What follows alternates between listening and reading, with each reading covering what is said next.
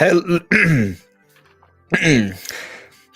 Good evening, everyone. This is Andres Restart. Tonight we are doing a little bit of a live stream, as we now typically do Tuesday nights. We'll see how things go, but yeah, we have quite a bit to talk about. Actually, quite a bit. Now, I don't know. I've been thinking about making like a Mario Party video, but I just don't know how much of you guys would be interested in me making a Mario Party video. Like, when it comes to Mario Party, I'm gonna get Mario Party Jamboree. Like, I'm excited for this game, but what do I say about it? Hey, it has mini games. You play it, it's fun. Like, I don't know what, like, how you have like a long, like, hearty, fun conversation about Mario Party from what we've seen, I guess. I don't know. Maybe I just have to dig deeper on that. But we've got news on Mario Party Jamboree. Pauline is in the game. But beyond that, we've also learned a lot about the Legend of Zelda Echoes of Wisdom. That's why we had 3 days in a row. Well, I guess I took a break on Saturday because of things. But the last 3, there were 3 videos in a row that were about Echoes of Wisdom because there was so much to discuss. We have a new trailer. We have the demo from PAX West. And this all just happened. Like, the trailer came out, what, Friday? Yeah, the trailer came out Friday. So we talked about the trailer Friday. And then the demo, people started playing that in PAX throughout the weekend, and we talked about it on Sunday. So there's a lot of Zelda Echoes of Wisdom news. There's Mario Party news. And then today, actually, no, starting from last night, they had a big update on the Mario and Luigi Japanese Nintendo website. And so there's a whole bunch of new information there, new footage there, new pics we talked about in today's video. And with all this stuff, like, we're getting news on the 3 big Nintendo games for this holiday period. Like, technically, we now have Fitness Boxing 3 for December, but that's not a big holiday game, right? That's a smallish title that Nintendo usually kind of has in December. Oftentimes there's some sort of weird casual game that they partner with some developer to get out in December. It's kind of frequent, but this is an interesting time. One, because we have these games to talk about, right? We're going to talk about Echoes of Wisdom tonight. We're going to talk about Mario and Luigi tonight. If you ask me about Mario Party, I will give you my thoughts. But the big thing, right, for a lot of us is this is kind of more fuel to the fire of the September Switch 2 reveal speculation, because we've already gone into this month thinking, wow, it's really weird that Nintendo had the Museum Direct and then a week later had a partner showcase in conjunction with the Indie World Showcase as one single live stream. Like, that was all. The Museum Direct alone was weird. But then the week later doing the partner showcase is weird. Combining it with the Indie World Showcase, having that all happen in August instead of September, that's extremely, extremely weird. But there were still some people arguing, well, we could still maybe get a normal Nintendo Direct. I've been arguing, no, that's not really likely at all, because you look at the history of Nintendo Direct presentations, you look at when we get, like, say, for example, the partner showcase, not just for example, like, that is why we're talking about this. Whenever we've gone a partner showcase, that has been the presentation for that quarter. So now that we've gone the partner showcase, this notion that we should be getting a normal Nintendo Direct in September, well, it doesn't really make any sense. Nintendo has these partner showcases because they have a lot of third-party announcements to make that they have contractual agreements to do, but they don't really need to give us major updates on a lot of their own games. That's why we usually get the partner showcases instead of a big Nintendo Direct.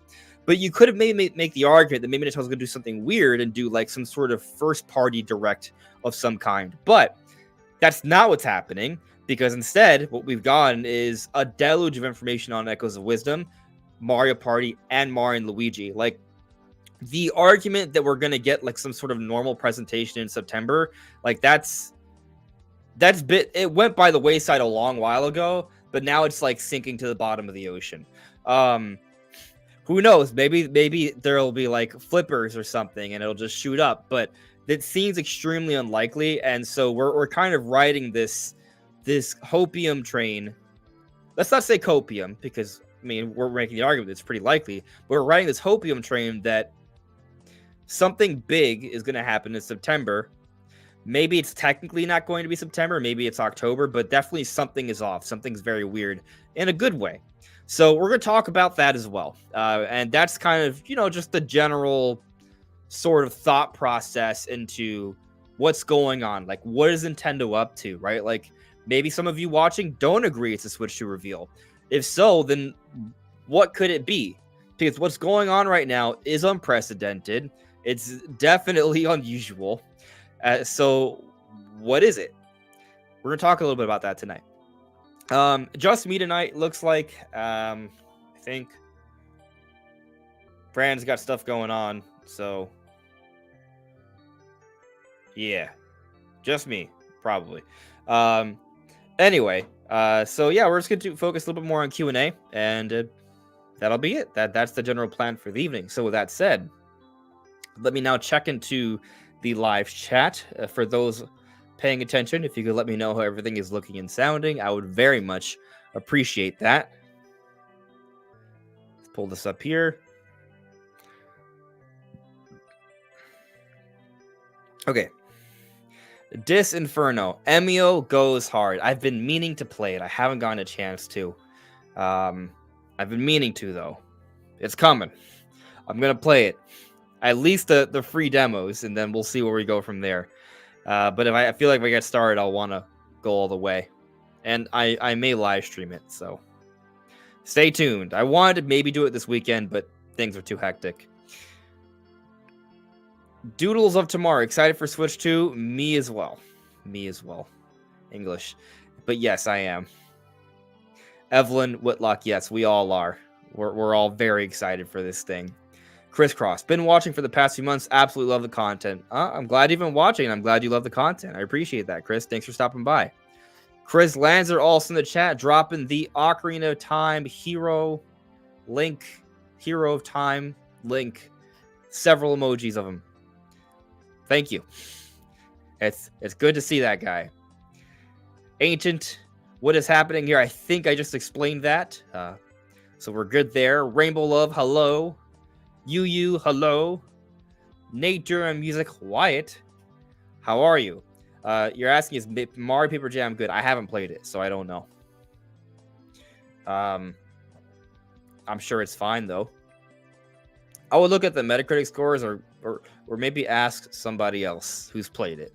Maybe you guys in the chat, is Mario Paper Jam good? Should someone give it a try if they want to, get more acquainted with the Mario and Luigi series? Sam Talks Games, what's up, buddy? How you doing? I'm doing all right. I got a lot going on right now. Actually, it's hectic. Yeah. So I think I've mentioned this before, but like I am now looking for a new place. This new place probably will be smaller, so the set's probably gonna maybe downgrade a little bit, I guess. Not that I could probably do better work here as it is, but temporarily, I guess, maybe for like a year, we'll see, and then maybe I'll upgrade the set again, and it'll be bigger at that point. But yeah, I'm looking for a move relatively soon. I'm not sure if it's a month soon or if it's 3 months soon, but I'm looking at places. So I got that going on. And then, yeah, like different work things, right? Like YouTube is my main gig, but I'm trying to keep it going while I, try and push to be a proper full-time creator. So there are other things that are going on in the background. We did recently start up a new partnership on the channel. Some of you may have noticed today. So yeah, we are now partnered with Aneba, the Snacksy app. So for those who are curious, I put a link in the description below. Essentially, the Snacksy app it's something we're promoting for a few months. It's for Android only users, right? It's something you get on the Google Play Store, and it's kind of like it lets you play different games on your phone, basically. you can play them regardless. But what it does, it's kind of like a companion app to those things, and it kind of tracks your progress and it gives you different rewards. It's free, right? But obviously, they make money, so there are payments you can make inside the app. But yeah, it can give you different things, different gift cards and points and additions to your games and such. So check it out. It would be helpful to me. It's a free download. So just pointing that out there. But yeah, I partner with them, and it's a good thing for the channel at least. So yeah, though that's kind of like different things going on. Still working out. I actually hurt my shoulder. I don't know what's going on with it. The last 2 days it's been hurting. I don't know. It doesn't hurt now when I'm doing this. It's just certain angles. That feels fine. Maybe I'm already healed. I've recovered fully. I don't know. Maybe it's with more weight. But I don't... I did it without weight earlier. It felt weird. But, oh well. I don't know. But, I'm okay. Life's all right. Hello there, Eric. Yep. I'm doing pretty good now. Apparently, my shoulder pain is gone. I'm sure it'll come back, but here we are. Russ, hello. Connor adds me, hello. So we're in September and waiting for Zelda Echoes of Wisdom and Epic Mickey Rebrush to come to Switch now, but I feel sad since the 100% walkthrough videos will now be gone.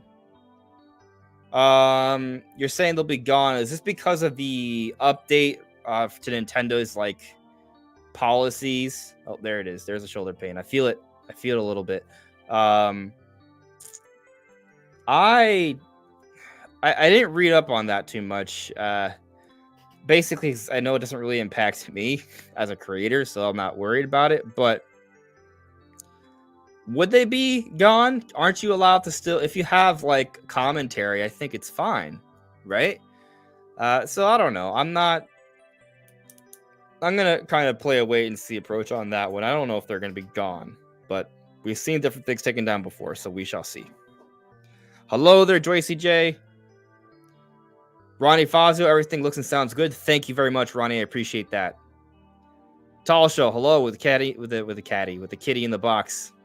Hello there, Boo Mini. Boo Mini has gifted a membership, and Joy CJ has been granted that membership. Congratulations, and thank you, Boo Mini. That Joy joins. Hey, Andres, excited for the Echoes of Wisdom. Excited for that was me. Excited for Echoes of Wisdom. Can't wait to play and hear your thoughts on it later this month. Oh yeah, I am so looking forward to that. We are close. We're what, 3.5 weeks away or sooner? Let's see, 2.5 weeks away. We are 2.5 weeks away from Echoes of Wisdom. Let's see, 7 days, 14 days, 16 days. We're 16 days away from this game. It's a good time. It's kind of crazy when you think about it. We're 16 days away. And you know what's actually more mind-blowing about that? No, my math is wrong. I apologize. No, we are 21. We are 23 days away. Okay. That makes more sense. We're 3.5 weeks away. All right, there we go. I fixed it. I apologize for that error. I was like, wow, 2.5 weeks seems like extremely close. But we're still getting there. We're getting there. It's actually less than 3.5 weeks, but you know, it's three weeks plus. Hello there, having hope. All right, the chat jumped. I'm lost now. I don't know where I'm going. Okay, I think I'm finding myself here. All right, Sam Talks Games asks me, good to see that you're staying consistent with the gym, man. I failed to stay consistent for a while now, and ever since February, I've been going 5 to 6 days a week. Feels good. That's awesome. Yeah, I haven't been going that often, but I try and do some kind of exercise. I mean, we were going 4 times a week, but we've been missing like that 4th day in the week recently.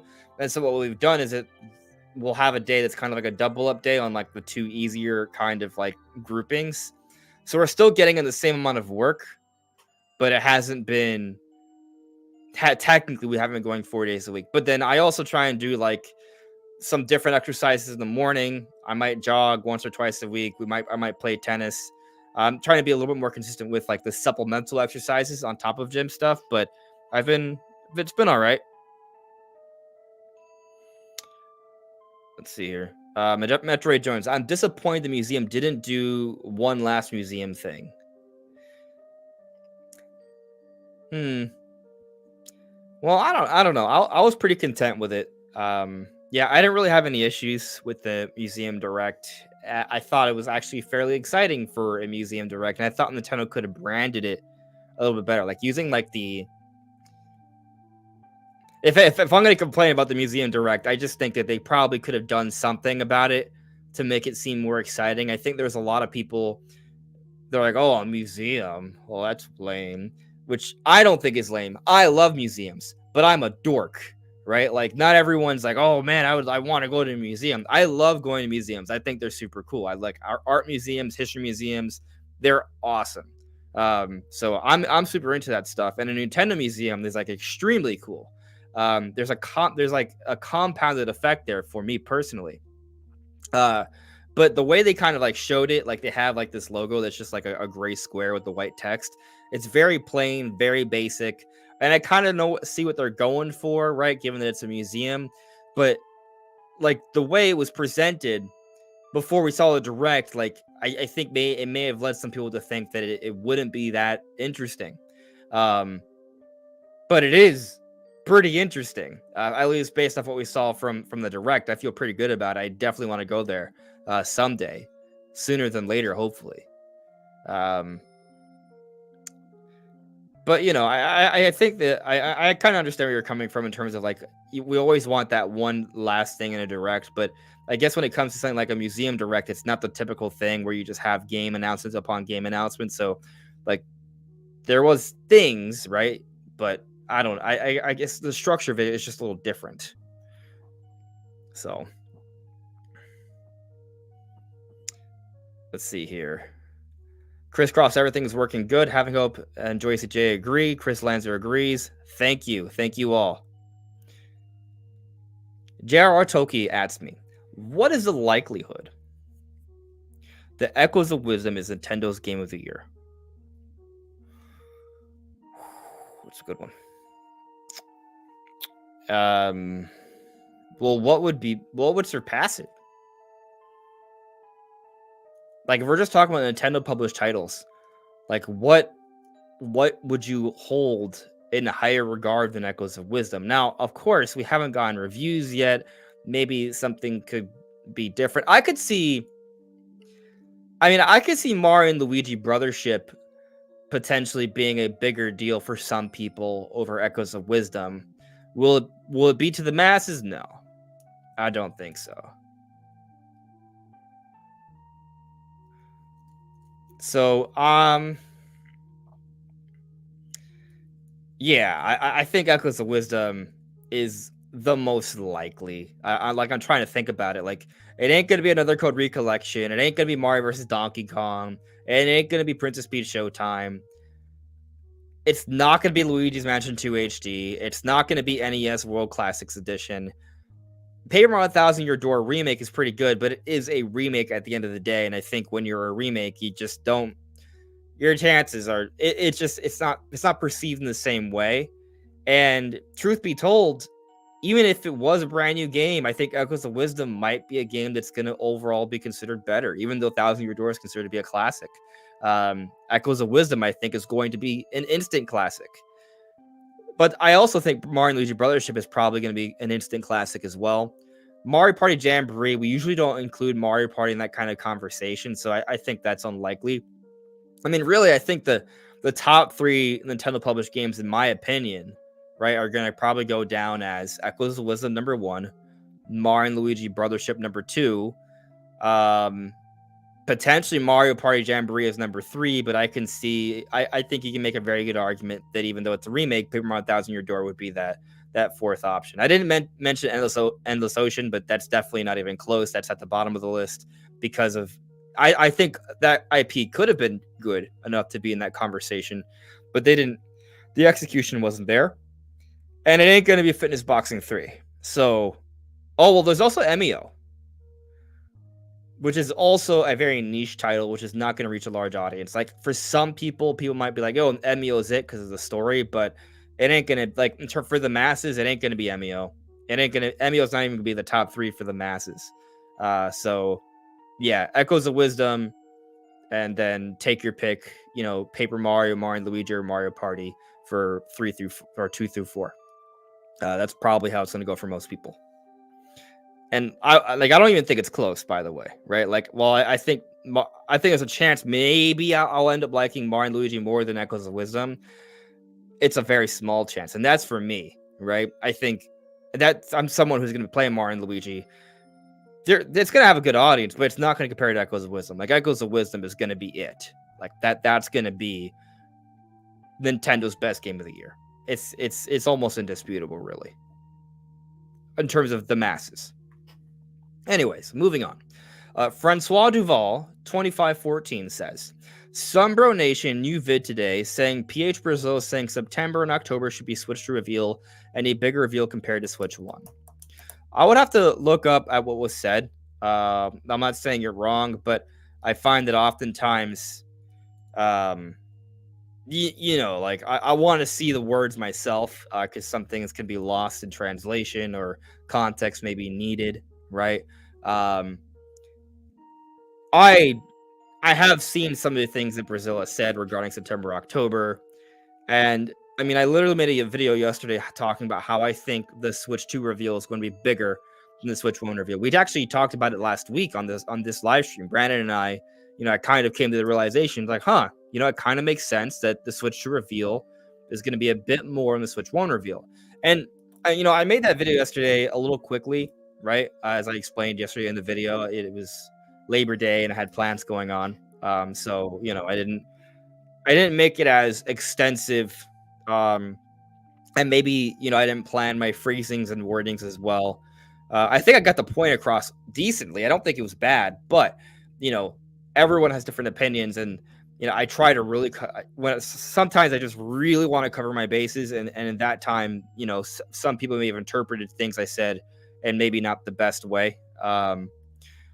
Nothing controversial, just like, for example, I think some people thought I was suggesting that I think they're going to have like an hour and a half long live stream, like stage conference thing. I don't think that. I think that's something that happens next year. And I don't think it's even going to be like a normal conference. I just think they might do a big direct or something. They may, I don't even think it's going to be in person, like they did for Switch 1. But that's something for next year, right? What I'm getting at is that while we got a 3-minute, 37-second trailer for the first look trailer of Switch 1, I think for Switch 2, what kind of makes sense is something a bit more. And the reason why is because if we get something just like the Switch 1 trailer, that's great, but we need to get some details on at least the launch title, maybe the second title. It's like, so for example, if Switch 2 comes out March, what's the launch title going to be? I think we need a trailer for that game. Like, we need to learn about that game. We need a name. We need a name and a few minutes of details. And I think we also need maybe something like that also for the second big game that comes out in the second month. So in the case of Switch, those first 2 games were Breath of the Wild and Mario Kart 8 Deluxe. And so what's interesting about those, Breath of the Wild had hours upon hours of gameplay at the E3 beforehand. So we knew so much about that game already, right? They didn't need to like give us an additional trailer until January. That was fine. Even though it was actually at the Game Awards in December that year, 2016. Then again, like, we had so much on Breath of the Wild as a launch title, right? There's nothing like that for like 3D Mario Kart. There was nothing known about these games. So I think we get a 3 to 4 minute trailer, there's a good chance they're going to want to like at least talk about the launch title as well. So there might be a second trailer that we may need to get. And arguably a third one if we're talking about the next game, because in the case of Switch 1, it was Mario Kart 8 Deluxe, which we had already known about because Mario Kart 8 was on Wii U for years. All they did was say, hey, there's another version coming, right? And those are the first 2 games. So they didn't need as much marketing is my main point, because we knew about these games beforehand. Now, maybe Metroid Prime 4 is that second title. I could see that. And we already have a trailer for that.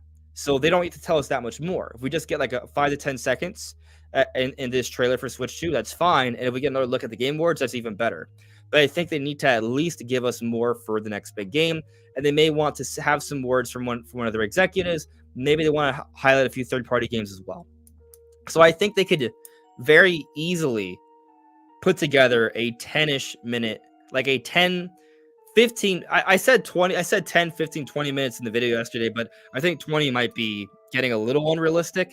Um, like a 10 to 15-minute presentation. Think something like the Museum Direct or the Mario Movie Directs or the Super Nintendo World Direct, where it's like these unique special presentations where there's an executive, there are some words said, there's a trailer or two, and that's kind of what it is.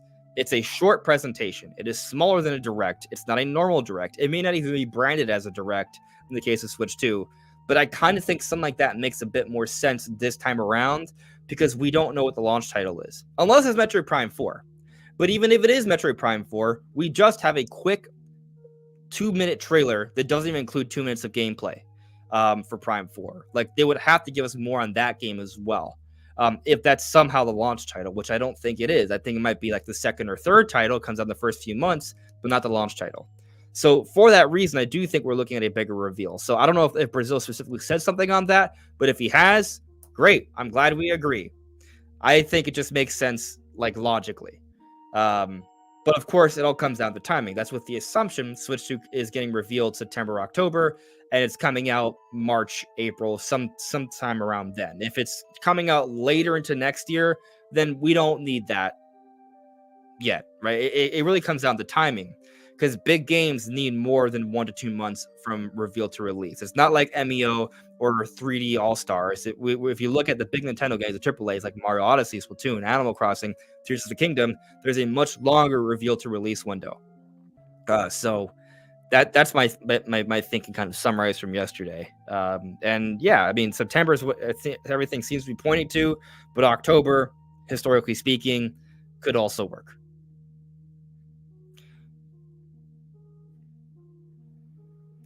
Cartoon, hi Andres Restart. Good seeing you doing well. I miss you on the Nintendo Prime podcast. Yeah, it's just I got a lot going on. It's not my job.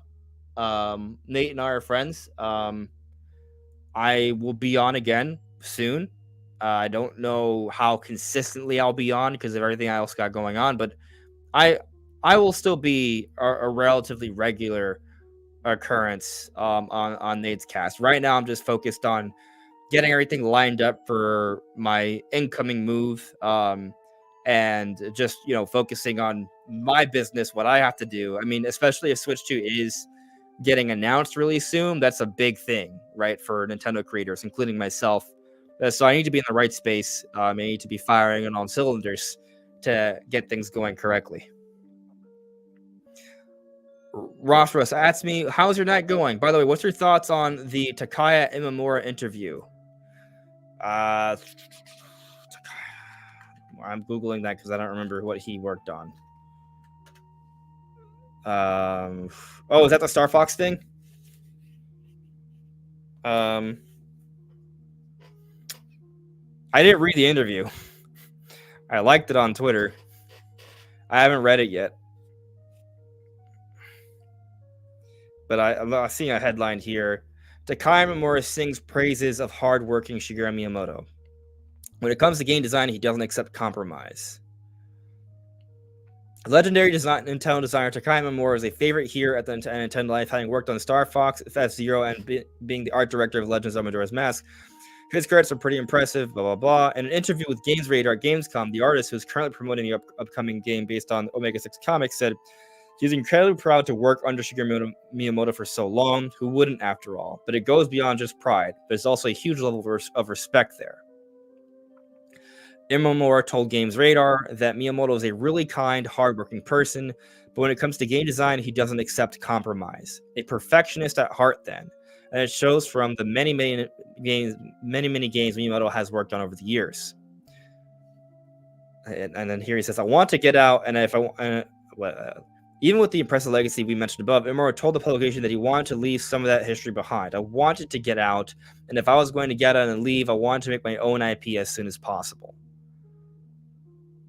So I don't, yeah, I don't know if this is like controversial. I think that everyone at some point or another, even if they got a good thing going, they may want to focus on something more personal and individualistic later on into their career. So him going on to focus on doing his own thing, I don't think that's necessarily an indictment at all on Miyamoto. And by his own words, he's highly praiseworthy of Miyamoto. He's a perfectionist at heart. He's a very he's I mean, he said some really nice things there. I'm trying to find it. He says he has a huge level of respect for him. He's a really kind, hardworking person, but he doesn't accept compromise. So maybe that's where some people might be a little like kind of looking into it, suggesting, okay, well, Miyamoto doesn't work well with others. I think we need more context. He didn't say anything bad, but I guess you could make the argument that he wouldn't say anything bad because Miyamoto's looked upon so highly that you're not going to say something bad because, well, then the world will kind of come after you, right? It might not look good for his future if he's saying negative things about Miyamoto. And so I guess some people might want to read between the lines here and sort of get at that maybe Miyamoto isn't that great to work with. I think there's not a lot of evidence for that, right? So I wouldn't really go so far to suggest that. But I mean, I think there's probably some truth to it, that he doesn't accept compromise. But I think some of that is just, it comes with the territory, right? If you have someone who's directing a game or who's one of the leads, right, one of the main producers, they're going to have a particular vision or a certain perspective, and they're the boss. And so when someone else is the boss, they're going to make decisions that you may not necessarily like. And maybe some people might argue that there should be perhaps like a different perspective on how you go about making a game that should be more of a collective decision-making process. And in the cases with Miyamoto, maybe it hasn't been. Now, I don't know too much about how things are handled now because I think Miyamoto isn't as like hands-on as he used to be with game development, right? So there's that to consider. This is probably more speaking on his past rather than how things are currently. And I imagine things have changed in more recent times. I can't think of what we've learned from like Breath of the Wild and Tears of the Kingdom development, which doesn't necessarily pertain to Miyamoto anymore. But the way they handle it, it looks like it does seem more of a collective process, right? Like they all explore and play a current build of the game, hundreds of people working on it, and they all find different things and ideas or glitches, and they come back, they convene, they talk about those different ideas, and then they rinse and repeat the process. So I think it's just different ways of looking at it. It is interesting, to say the least. So, yeah. Guy you don't know. In my opinion, Mario and Luigi Paper Jam, this is probably from what I was talking about earlier, is the weakest entry in the series. The core gameplay is solid, but it's very bland and uninspired in terms of story, settings, enemies, etc. All right. I haven't played it, but thank you for sharing that for those who have been thinking about it. Well, Link Lighter was saying Paper Jam is great. So, although, Guy you don't know is not saying it isn't great, just saying it's the weakest. So the weakest in the Mario and Luigi series can still be a good game. Eric Williams, you look like you've been working out. I have been, but I still have a long way to go. But I appreciate it. Thank you.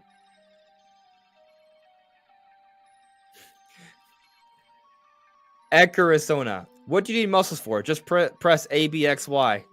I like playing games in real life too, like sports. And I want to live longer so I can play more games and do more fun things in life. So health is important. And exercising is vital to that. Vital to longevity and feeling better.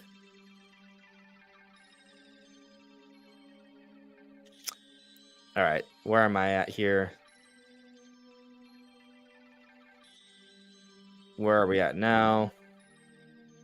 Chat jumped again, so I'm now lost. Where do I go? Oh, okay. All right, I think I'm getting back on track. No, I'm not. No, I'm not. Crafter Aurora, actually, face reveal. My face has been revealed for a long time. I just don't really like going on face cam anymore for my videos. It's just simpler. I don't have to think about it that much. You know, sometimes like, you know, if I haven't like, you know, I get up in the morning and I rather just get the video work done first and then I'll take a shower later into the afternoon, right? Once I'm done with all the video work.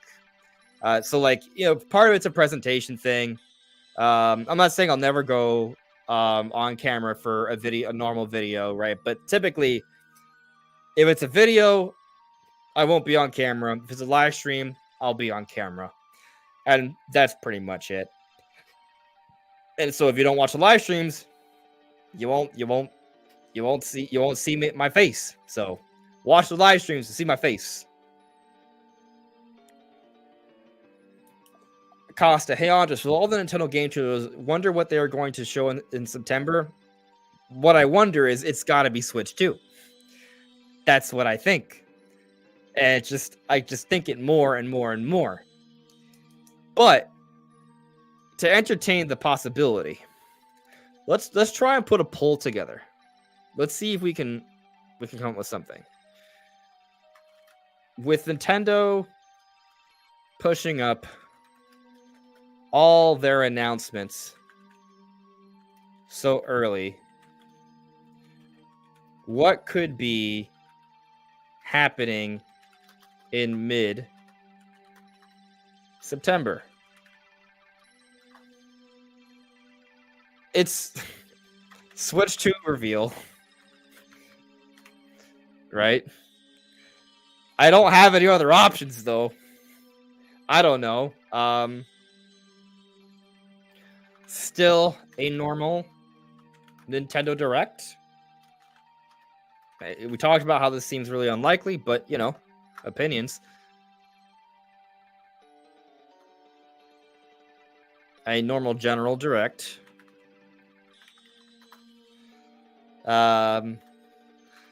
Nothing. Nothing's a possibility.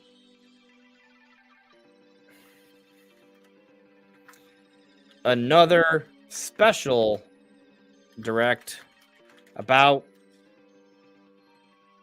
something else.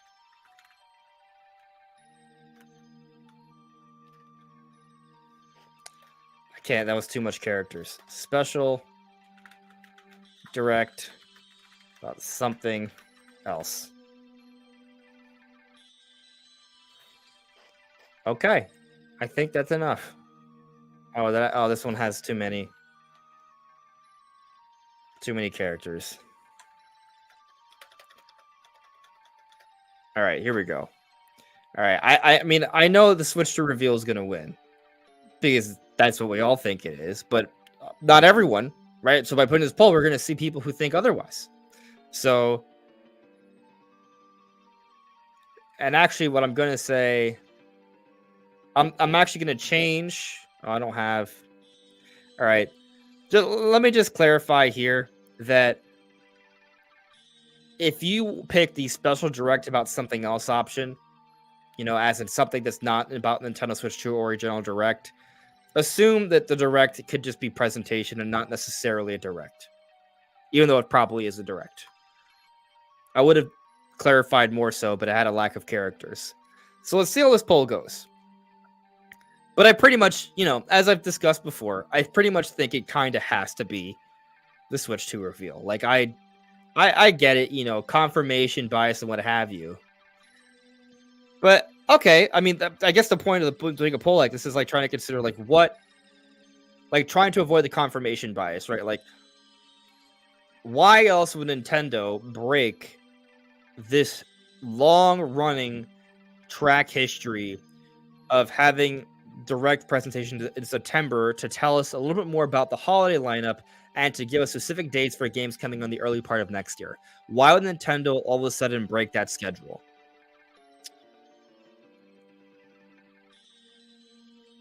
I just switched to like that's just what I think. But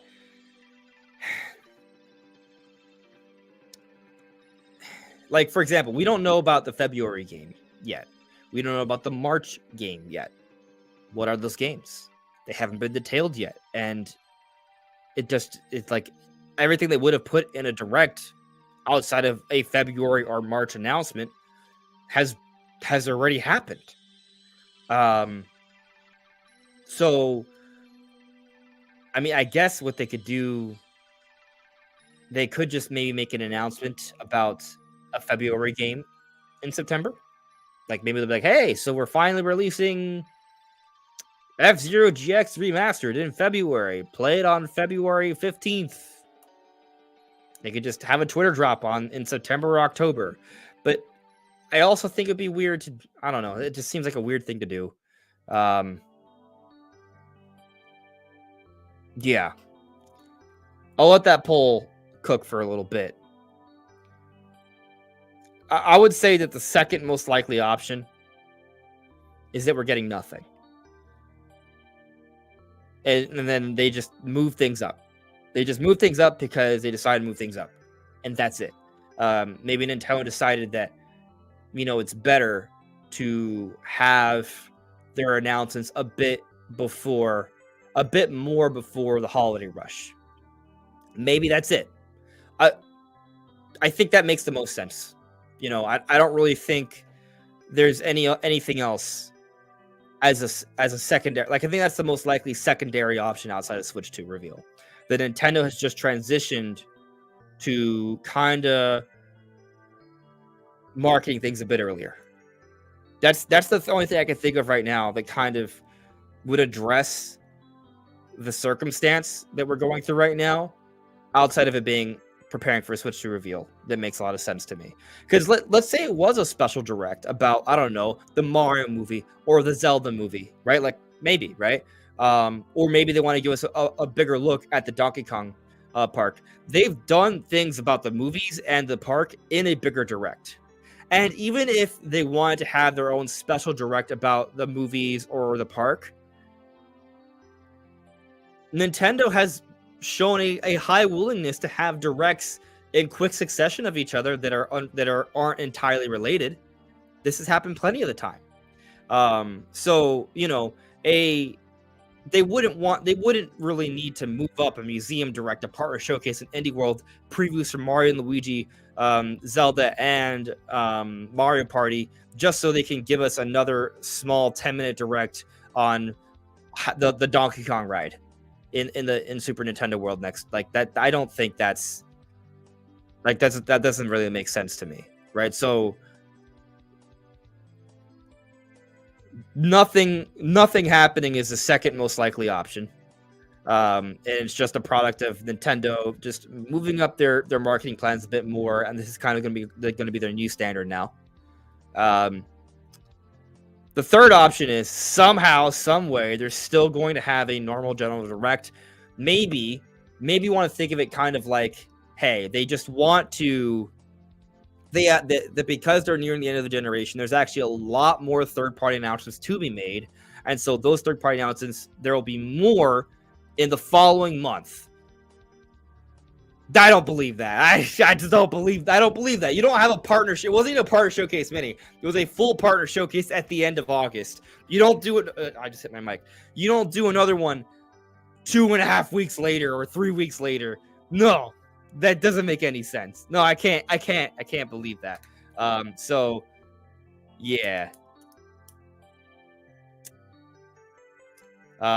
Could be nothing, and we get and then they just announce like a game or two via Twitter drops for February or March, I suppose. But I at this stage, I feel like we're just kind of.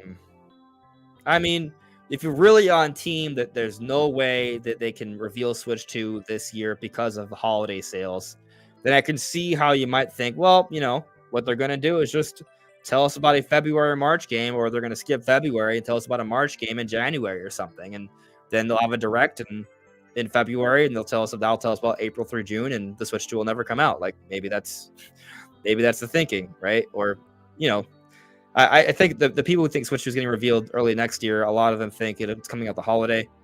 Some people will still think maybe like May or like summertime.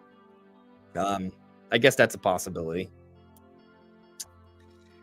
But something else that people have brought up, which I don't agree with, but I've seen some people talk about this, is that the PS5 Pro is about to be announced, right? Like the worst kept secret in recent times. And that Nintendo would want to get all of their announcements out of the way just so the PS5 Pro announcement doesn't really impact them. And to me, there's no way. There's just no way. So, like, first off, I'm pretty sure we've seen them make announcements close to each other before, right? But perhaps more importantly, I don't think there's really any way that the PS5 Pro is going to be so significant of an announcement and release that Nintendo should break this long time consistent pattern of significant Nintendo Direct announcements in September. Like, let's go to the Direct Archive, the favorite place. The Direct Archive is basically the Batcave. I love going here because it's just the ultimate. It's the ultimate place to take a look and just show like kind of like a decent outline of Nintendo announcement history. And you're like, oh, so this is how they operate. It's just such a good tool for us speculators. So let's go to it. Share the screen. Go into the Direct Archive. So let's go to September last year. Oh, there was a Nintendo Direct. Huh. Oh, by the way, there was a Mario Wonder Direct on the last of August, right? So game-specific Directs is totally a possible thing. Shortly before a big Direct. But let's go to 2022. What happened in 2022? September Direct. Big deal thing. They did have an October Mario movie Direct and a November one, but that's a separate thing, which can happen in October or November, right? So that's the whole other point towards it doesn't have to be September. But anyways, let's go to 2021. Oh, there was a September Direct. Okay. So 3 straight years of September Direct. But 3 years, that doesn't matter. We had 3 straight years of a Pokemon Presents in August, and now this year there isn't one. Except there's a key difference there. Games are always coming out at all points in the year for Nintendo, so there's always a need for a Direct. There isn't always a Pokemon game come out every single year. There has been consistently for years, but now they're finally skipping a year, so there wasn't a need for a Pokemon Presents this August. But anyways, let's go to 2020. The pandemic year. That's a year where we didn't have a single normal Nintendo Direct. This is true. But you want to know what we got in September? A partner mini showcase and the Super Mario Bros. Anniversary 35th Direct. Like, this was the most significant time for Nintendo in terms of in 2020. Both these things happened in September. And by the way, this is the best partner showcase of the year, if I'm not mistaken. So let me go to it real quick. I don't even remember what announcements. Let me see here. What announcements were made? This is a 15-minute Direct. What would they have? No, this is not loading. I thought it would load quicker. So it's not loading at all. Anyways, I think this is where Age of Calamity and Pikmin 3 Deluxe were announced. Or were they done on Twitter? Anyways, besides the point. It was a significant period of time. Going to the 2019 September Direct, 2018 September Direct, 2017 September Direct. These are big generals, by the way. Oh, let's go to the pre Switch era. This is where things are a little different. So maybe now as we can start to think, okay, well maybe they wouldn't, but this is the entire Switch era. The entire Switch era, there have been September Directs. Big general September Directs outside of 2020, where they had a Mario Anniversary Direct, announced Age of Calamity, Pikmin 3 Deluxe, and a partner showcase. So in 2016, though, there was still a September Direct at the beginning for just 3DS. But also we had the Switch 1 announcement in October. So, okay. Actually, that is an interesting curiosity there.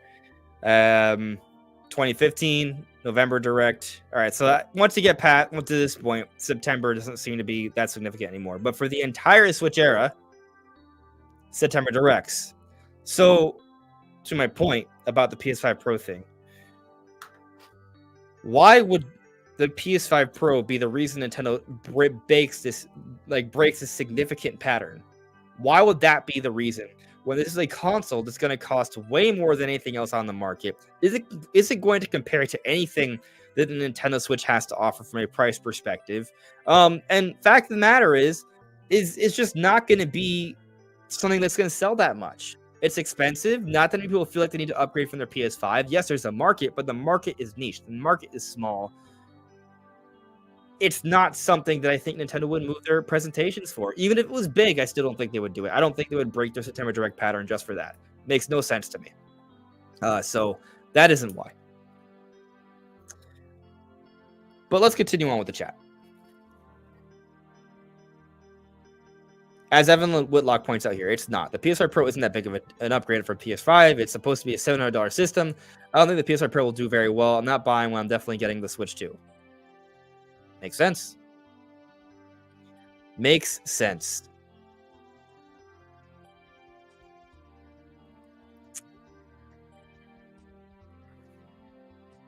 Ross, I don't think Nintendo cares about what Sony is doing since Nintendo has Nintendo Directs the same day as Sony State of Plays. Fantastic point. Like, if they don't move around the Directs for Sony State of Plays, why are they concerned about the PS5 Pro?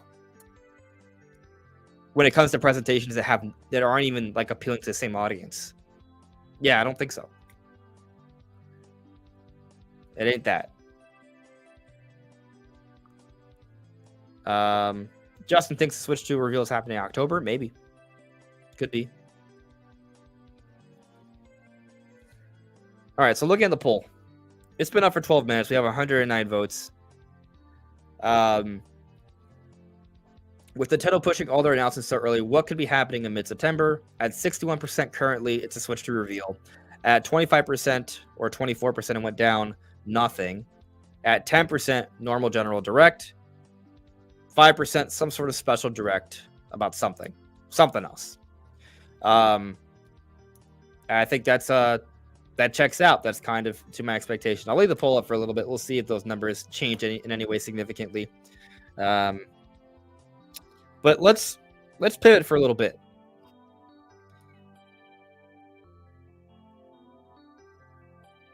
Mark Davidson says, I think the Switch 2 will be about 1.5 times stronger than the Switch 1. No, it's going to be way stronger than that. It's going to be several times stronger. If it's only 1.5 times stronger, that's going to be even less of a jump from GameCube to Wii.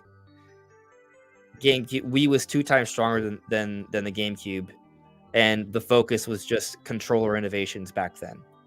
That ain't going to be it this time around. And the Switch 2 is coming out many years after the Switch 2 is coming many years after the Switch 1. Like, so, I don't think I think 1.5 is an extreme low ball.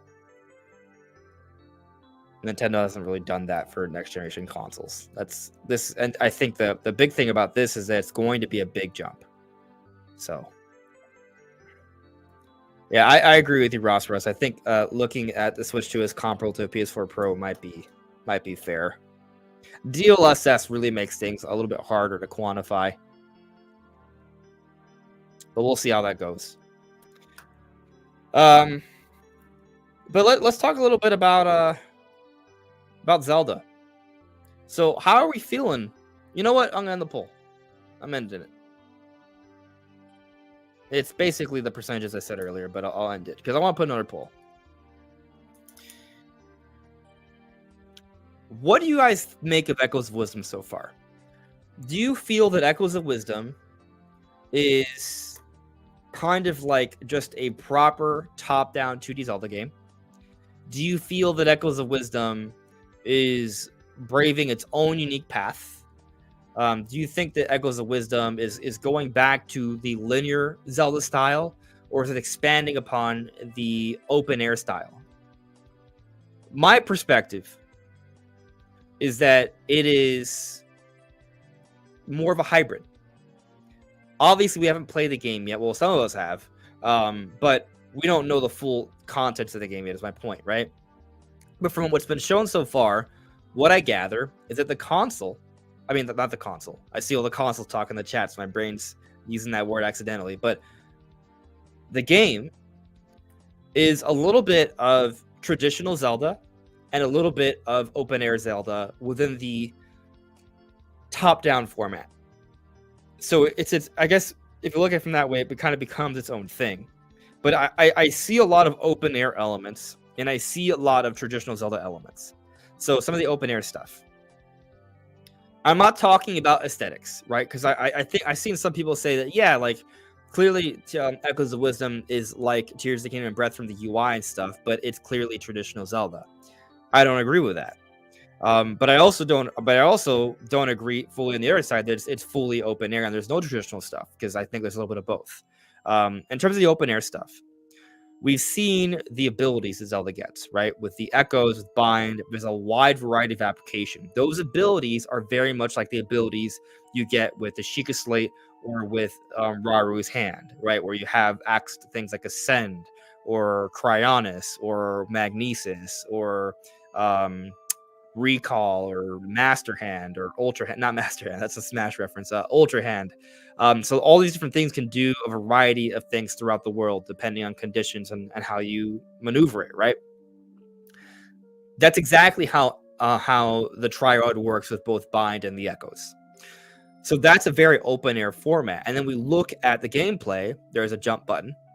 There is a lock on button. And there's varying levels of elevation as well. Prior to top-down Zelda games, have had more elevation, but not to this extent. Like, we can see that Zelda can climb onto the rooftops or the canopies of trees. She can go higher and higher. We've never been able to do that in any prior Zelda game that's top-down, ever. So this is a new thing that we've never gone before. This, to me, screams open air, but on the format of top-down 2D Zelda. And even like some of the physics, like the burning mechanics and such, are highly reminiscent of that 2D Zelda prototype that they used to practice concepts and ideas during the development of Breath of the Wild. So from all those perspectives, this is open air Zelda within the 2D top-down Zelda format. However, I've also noticed a lot of familiar traits to the linear traditional 3D Zelda format. Or I don't want to say 3D because there are 2D Zelda games that follow that format, but the traditional format that started with A Link to the Past that went all the way up to Skyward Sword, that format, we've seen a lot of elements as well. So, for example, especially now that we've seen the beginning of the game, it's pretty clear to me there is a greater sense of linearity. You are given abilities at different times, and that gives you more options afterwards, right? Now, I don't think it's to the extent where you're kind of locked behind going to certain places. That remains to be seen, but you are provided abilities not all at once. In Breath and Tears, they gave you all of your abilities in this opening area. I don't think we really get much of an opening area in the same way. Like, there is this dungeon that you're stuck in, but after that, which is the second gameplay sequence, the first gameplay sequence, we talked about in a video a couple days ago. It's the whole Link playable thing. I don't want to say anything more than that. But anyways, they showed that in the first trailer anyways. But after that, you kind of things open up a little bit. You can explore the map. And from what we've seen of the different trailers, different footage, you have different abilities at different points in the map, right? Like you have the Mighty Sword ability, you have the Bind ability, you have different heart counts. And so it seems like the map is fairly open, but you gain these abilities at different places at different points in time. So there's some level of linearity there, even though there may be like openness mixed in. But also looking at the dungeons, we have evidence because we literally saw a boss key chest in the most recent trailer, which suggests that, it's a little bit, these dungeons are more of a callback to dungeons before Breath and Tears. So that kind of adds a little bit to the thinking as well. So I think we're looking at a hybrid here. That's what I think. What we're looking at. But I'm not gonna put up the poll and ask what you guys think. So, what format is Echoes of Wisdom taking? Hybrid of open air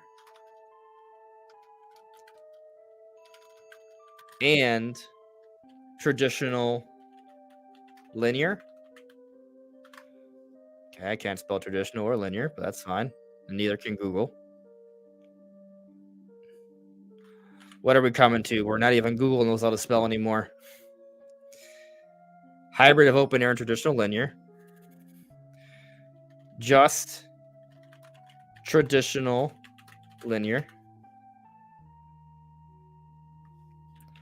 More open air. Something else. I don't know. I feel like something. I think we only need 3 options. If you have any other ideas, then share them in the comments. But I think those 3 are fair. Oh, how do I exit this? Okay, there we go. All right. Oh.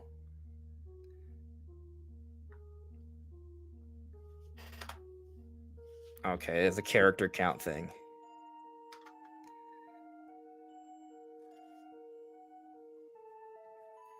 All right. There's the poll. I'm curious what you all make of Echoes of Wisdom so far. In the meanwhile, I'm going to pull up this chat. Well, in a moment. I see here that Knots, who's been a member for 5 months. Good to have you around this time, buddy. Thank you for being a member. And I also like to thank Taker for the super chat here. So Taker says, open world as established by Breath of the Wild and Tears of the Kingdom applies to how you progress. There are no items that you need to progress, and the story is optional. Yeah. That is how open world kind of works, right? I think a lot of people assign sort of different meanings to open world. There's a fair bit of flexibility there. So, you know, how is Echoes of Wisdom exactly do that? Like, can we go to the end boss right from the beginning? And my gut feeling is no, right? But I'm very curious how things work with obtaining different abilities, because like the game can still be open world even though there's a certain linearity with. I mean, maybe there isn't a linearity. Maybe we can get like the automaton ability before we get the sword ability, right? Maybe we don't have to get bind immediately after the echoes. Maybe we don't get we can like maybe there's flexibility with that. We're still unsure of. But something that's clear is that it's not working the same way as Breath and Tears, where you get all these abilities right from the beginning, at least from what I can tell.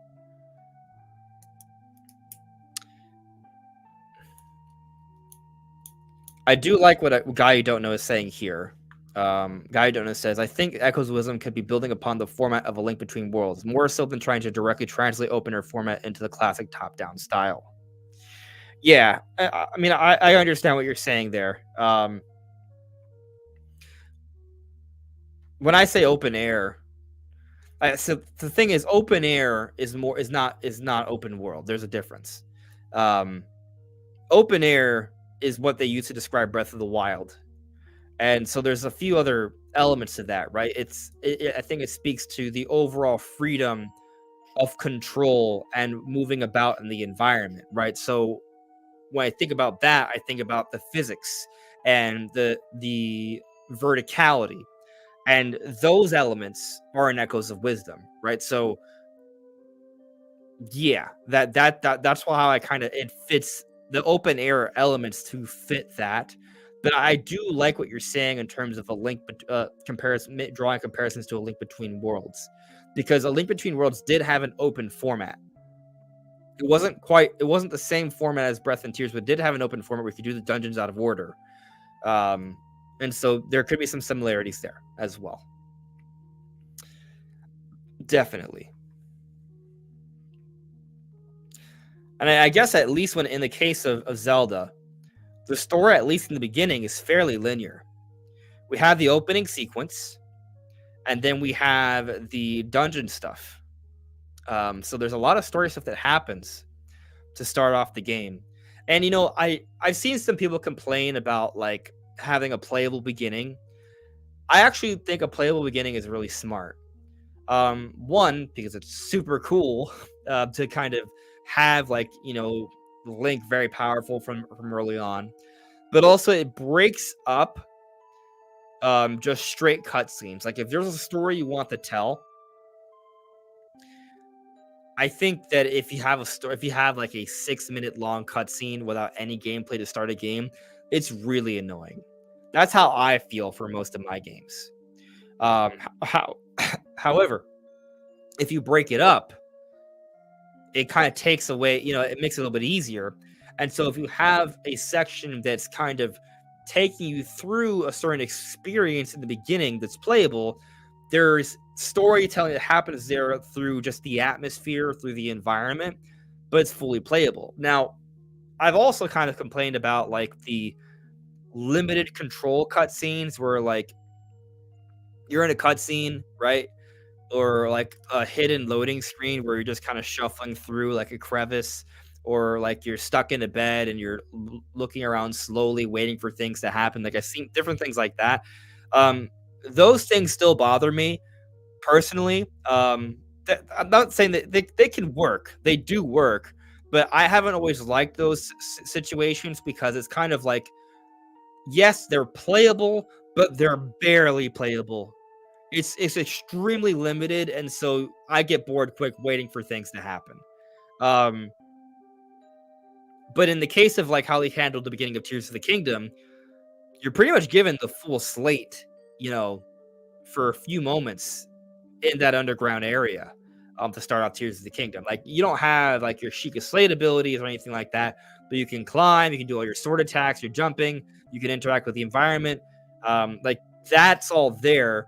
And so there's a lot to kind of play around with and explore and acquaint yourself with in this brief playable section that also gives you that environmental storytelling and breaks up the opening cutscene a little bit more. And so you can get engaged quickly while still telling a lot to start off the game. So I kind of like what Nintendo has done with that.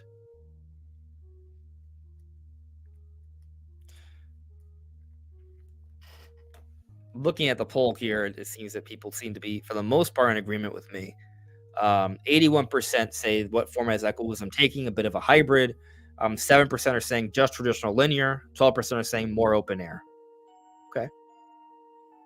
Leave it up for a little while. Chris Lanzer asks me, in all honesty, I had my doubts about Echo's Wisdom. Now I can't wait to play it. Here we go. Just 3.5 weeks away. Yes, I did notice that as well. Kirby it's hilarious. Kirby Dev is saying, I find it funny that Zelda can take naps in the middle of bosses, at least based on what we saw in the more recent Echoes of Wisdom video. Like, you can, because you plan to bed and you lay down on it. You can. And what we do know is that the beds at least heal your hearts up to 3. So it may actually be like, hey, I'm low on health. Let me heal up if I have the opportunity. It's kind of funny. It's kind of like almost insulting the boss, or like a taunt in a way, which is cool. But it also does have application. So that's, yeah, it's a cool thing.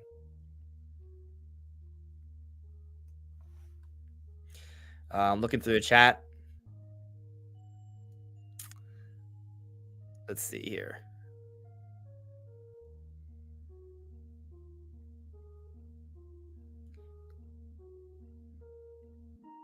Justin here says, it looks fun and interesting, but I personally would love to see a Link to the Past remake. How would we want a Link to the Past remake? Would we want it to just be visually redone? Still say exact same gameplay? Or do we want changes? Do we want to remake like Link's Awakening? Like that format where it's essentially the same game. They might add like, maybe a dungeon maker or a new dungeon. But it's the same exact top-down gameplay. Nothing's really changed. There might be some quality of life updates, but that's pretty much it. And visually, maybe it doesn't look exactly like Link's Awakening. It's another style, but it's still that perspective and all. Or do we want more like a reimagining almost? Of course, at that point, you might as well just play Ocarina of Time, um, if it's that. Although I think you could do some cool things with the Dark World. And actually, since I mentioned the Dark World, I think it would be a good time to talk a little bit about the Still World. So I love the Still World because it's its own thing. It's speaking to the bodies that are still, both the people that fall in and just the environments. But there are some curious things about it. I kind of want to express some thoughts on. There are like some orange lights which give off a little bit of a Twilight vibe, but also in the key art. Do I have it saved on my computer?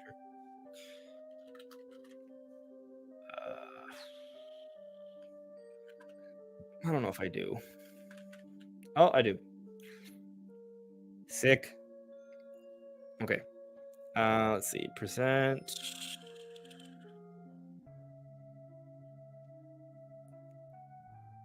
Can I just do that? Nothing happened. It did not recognize that. Did this work? No, still nothing. Upload file. So download. No. This is what I want to put in there. Oh, you know what? Silly me. I could just screen share. Okay. Yeah, that works. Okay. So share screen. Can I see this? Yeah, you guys can see this. So, okay. All right, is that one-to-one? Yeah, because I'm looking at a different screen, but yeah, it's good. So this key art's really cool. We've talked about before. Yeah, there are Lionels. That's a still person. Purple Sparks, purpley goop thing. And yeah, she looks badass. But there's like this orange stuff, right? And I mentioned there's some Twilight vibes because there's other environments that have some orange light. But here, this gives me almost like Breath of the Wild vibes where there was something hidden in the castle. And so I wonder, like, is this where maybe the final boss is at? Do they put the final boss in the Hyrule Castle again? Except this time, you can't just quite go there. You're limited. Like, there's something here, right? And what's interesting actually is when we look at the demo for Echoes of Wisdom that they had at PAX, you can't explore that much of Hyrule Castle because the Rift world pushes you out. Presumably, all of this falls into the Rift world when that happens. And so you can't get to Hyrule Castle. You're blocked by rifts, and we're sent to the southern part of the Hyrule map. How do we make our way back to the castle? Can you just make your way back on your own, or do you have to clear a certain amount of rifts to get back to that point in the map? That I'm not sure of. And that's going to be interesting to see how that works. Because perhaps the final boss is just like how it worked in Breath of the Wild in Hyrule Castle. Or maybe or at least something crazy is going to happen here. And I guess the question is, can we find a way to essentially go right back there? Or do we have to do a certain series of events before getting back here? That we still don't know. But I kind of think that, yeah, we're going to find a way back to Hyrule Castle. We're going to get to the rift in this area. And there's something crazy going on in here. Hence the delay. I mean, it seems like a hard, obvious tease. And so it's extremely interesting to me. Where is my chat?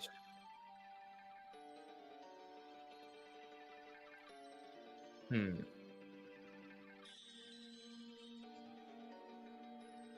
guys think it's the final area as well? Could be. All right. We'll get to that. Link Lighter asks me, what aspects of Echoes of Wisdom are you most excited for? I'm most excited for the puzzles. I think it's the same for me. I'm most excited for messing around with the mechanics and seeing all the crazy things I can do. Building bridges made of beds, or climbing to the very top of the trees. Maybe I could build a house out of trees, out of beds. I can build a house on trees made out of beds. Now, you may only be able to use so many echoes in the beginning. However, we have seen that you can build on that. So how much more can you build on that? Because if you can have 6, 8 echoes, maybe that's just enough to build a little mini house out of beds on top of trees. They may also function as a bridge. Could happen. And that's going to be fun. I remember when I spent like half a day building a house out of lava in Tears of the Kingdom. That was neat. Legendary Bastard. Switch 2 will bring many remakes with insanely nice graphics. Hey, that Ocarina of Time remake, I think that's going to happen. And it's going to look insane. It's going to look so good. Yeah, I mean, Switch 2 games are going to look so much better than Switch 1 games. Like, we're going to have... That's one of the exciting things about next generation, seeing a significant gap. And I think the issue between, like, Sony and Microsoft right now is that they've been on the cutting edge, that when they do the jumps, it doesn't seem as significant. But with Switch 2, from Switch 1, it's going to feel like a pretty big jump. And so that's pretty exciting. Like, we're going to see a big jump here. And it's not going to just apply with gameplay. We're going to see better performance. We're going to see, bigger draw distances in the world, even crazier mechanics of some of their games. Like, I can only imagine what the Zelda team will be able to accomplish with the next Zelda made ground up for Switch 2. Because they put together some impressive things from a technological perspective in Tears of the Kingdom running on a Switch. Like, the fact that they got Tears of the Kingdom to run on a Switch as well as it has been running is insane for a lot of developers. What they could do with more powerful hardware. I mean, I already think that Breath and Tears are kind of mind-blowing as it is, but just that much more.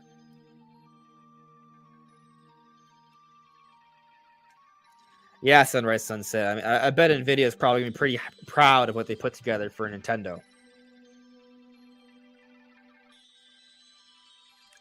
A bit approach says, do we really need a bigger draw distance? Really, does that really mean anything? I say no. Maybe a better word to use is pop in, right? So, like, not noticing when things pop in as you approach. So it's more of a seamless flow. That's going to be nice. Perhaps that filtering line, the line of detail. There's like this invisible line or semi-invisible line that a lot of games have, especially on Switch, where if you pay attention to the floor and you kind of look as you progress in open world games, you'll see that things look really good, like right in front of you. But if you look like 6 feet in front of you, you'll notice that there's a detail drop, and so that's kind of fairly obvious. On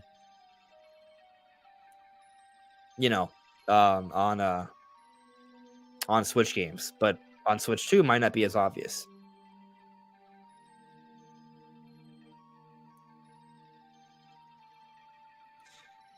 Yeah, Aspie Pilled. I don't know why you added Nintendo Prime. I'm confused, but I'll answer the question anyways. Do you think you could get a new Zelda game based on the Toon Link style 2D, 3D Zelda, or is that fully dead now?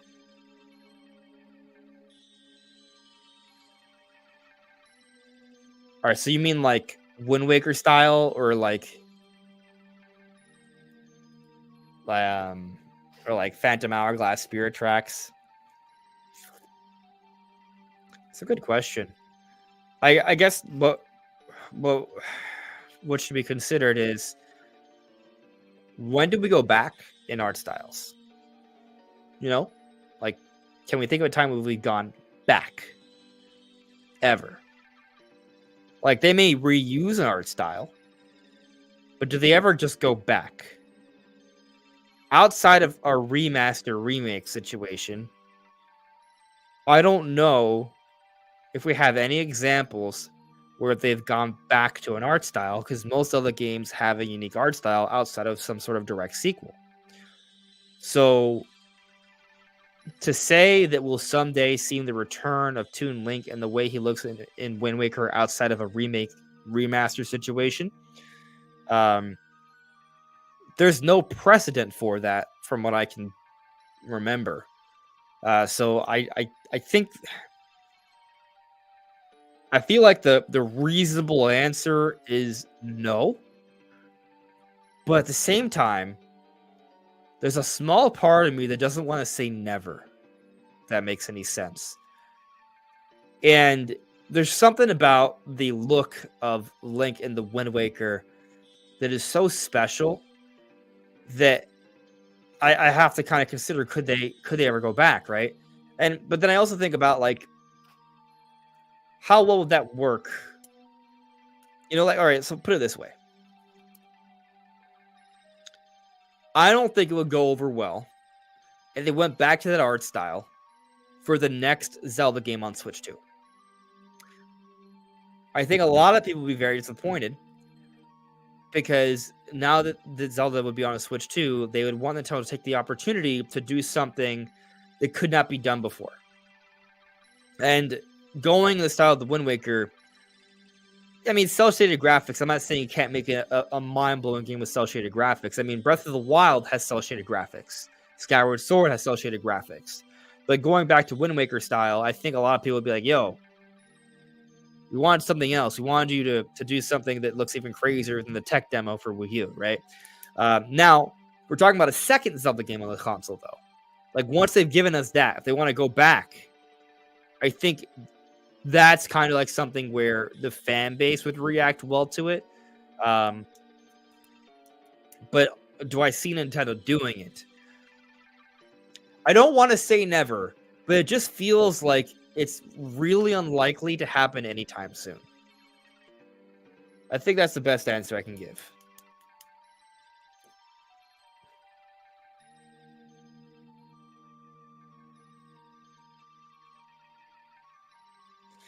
Linkletter asked me, do you have any cast predictions for the Zelda movie? I don't.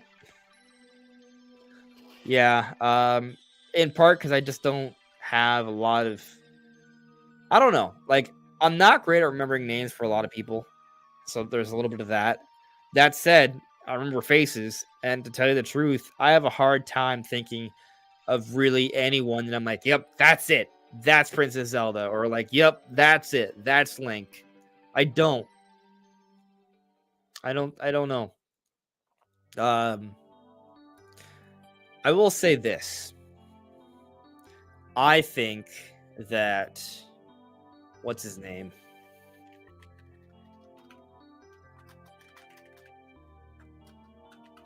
I'm looking up his name because I remember his name. I think... Here, I'll show you.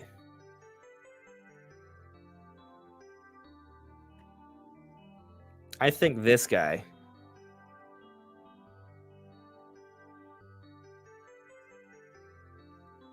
I think Dave Bautista would make for a really good Goron. And by the way, is that what I think it is? It's not. But I'm like, yo, is that a Triforce? It's not a Triforce. It's like Illuminati stuff. But that's kind of funny. Yeah, so I could see Dave Bautista being like Daruk or something like that. Like, I could see that. I think he would be good for that.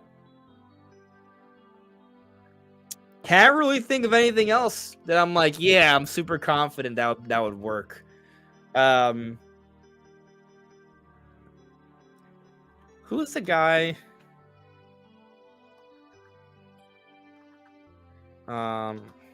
Is he still a healthy age? I don't know. He's pretty...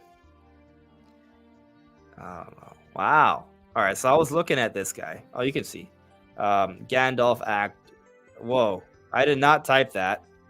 I do not know how that happened. Oh, you know what? Autocorrect. Okay.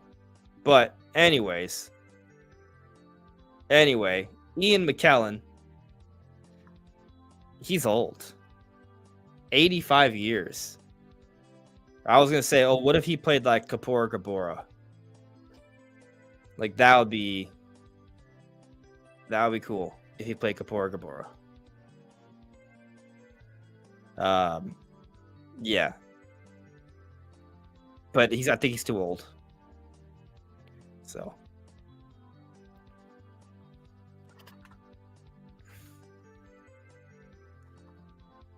yeah. But feel free to share your own ideas. Oh, Javier Vasquez, you're also bringing up Ian McKellen, but could play like Raru as a light stage. Yeah, for Ocarina of Time, that's another good idea. And actually, I mentioned Kapora Gabora. There's theories that Kapora Gabora and Raru from Ocarina of Time were the same person. So, yeah. The Deku Tree is an interesting idea as the voice. Yeah, that's a good one. I like that. That would work as well.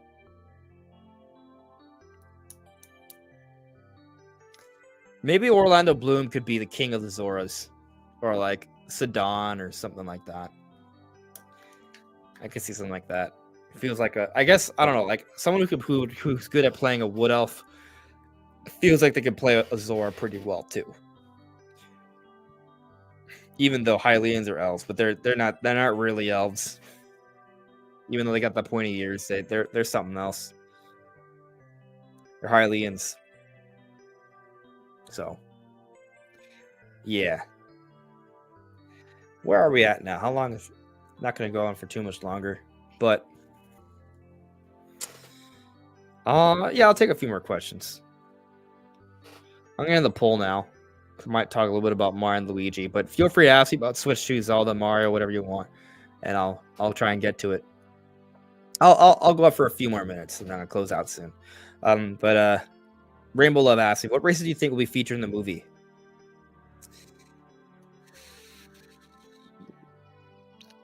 I think you got to do Hylians, obviously. Gorons make sense. Zoras make sense. And then after that, like it's kind of funny. Gorons and Zoras are like the most consistent tribes, but Gerudo, Rito, Kokiri / Koroks haven't always been there, you know? So I would like to see all of them. That's what I would like to see. I think that if we're talking about... All right, so I honestly love the idea of going back to the Kokiri instead of the Koroks. The Kokiri become the Koroks, right? Because I think, like, just seeing like small forest people, I think is fun, and I think there's more room for like actual characters there. If you do Koroks, you could still give character, but it kind of feels like a Toad vibe kind of thing, you know? Like, not highly intelligent, or dumber than Toads, actually. But that also could be... It kind of depends on what they want to go for. Like, you could use Koroks as like comedic relief, you know? There could be a lot of that. They could be very similar to what the minions... like the Toads. Like there's a lot of potential there for Koroks. I mean, you look at all the things we did in Tears of the Kingdom with Koroks, like there's already a culture of torturing Koroks and Koroks dealing with a lot. So they could definitely use the Koroks as kind of like the movie's punching bag. That's possible. But I will say that if you did go with the Kokiri instead of the Koroks, I mean, maybe you could come with a canonical reason why we could have Kokiri and Koroks at the same time. Maybe it's like a window where there are some Kokiri and some Koroks, and there's a little bit of a blend. I'm not against that idea either. But also, like, we're seeing the return of the Deku Scrubs in Echoes of Wisdom, right? And the Deku Scrubs essentially also kind of satisfy like a forest people tribe. And so that's kind of interesting to think about, right? Like we have Kokiri, we have Koroks, we have Deku Scrubs. They could also be used, and they could take on a similar role to Koroks. And I don't know. I think I like Deku Scrubs more than Koroks, actually. Like, I think there's a lot of personality there. And just so we're clear, Gorons could have a lot of personality. They could also have a lot of comedic relief. We've seen them use Gorons a lot for comedic relief. Zoras, on the other hand, they're usually more serious, at least in terms of our interactions with them. in Zelda games. I can't think of too many comedic moments with Gorons, but Deku Scrubs, Gorons feel really easy to do. Koroks, obviously. Kokiri and Zora, there's kind of more of a history of treating them more seriously. But I think you could do both, with all of them. You could do it with all of them. We would just have more situations from a story perspective where we could interact with these different kinds of characters more. And I gotta say, everything that we're seeing with Echoes of Wisdom, like the more and more we see with Echoes of Wisdom, the more and more I'm like, yo, they keep putting out Ocarina of Time references. Like, yes, they're referencing other games, but there's a certain game or games, and when you include the sequel, that they are hard referencing constantly. And it is Ocarina of Time. I already made out a video talking about how I think Echoes of Wisdom helps to pave the path towards an Ocarina of Time remake someday. But like after that video, even more things happened. We got to see Volvagia, for example, in the trailer. That's an Ocarina of Time boss. Like it just keeps there's other things that I don't know, they're not coming to mind right now, but in the most recent trailer, like we've seen other things, right? Like I brought up the Deku Tree, for example, the Deku Scrubs as well. Like there's a lot, and it's just wild how we keep seeing things like this. If any of you have realized anything like that, please share it with me in the chat. But it's very interesting how there's a lot there. And so I bring that up, though. I got thinking on that because I look at how the Deku Scrubs are prominent in this. Maybe there are certain tribes, certain characters that they want to bring back to relevance. Maybe because of Ocarina of Time remake a year or two from now, but maybe also because of the movie. Maybe they want certain elements of Zelda to be well known and to be celebrated, especially when the movie comes out. So maybe Deku Scrubs are gonna make a comeback. I would love. I mean, like. That's our final poll for the night.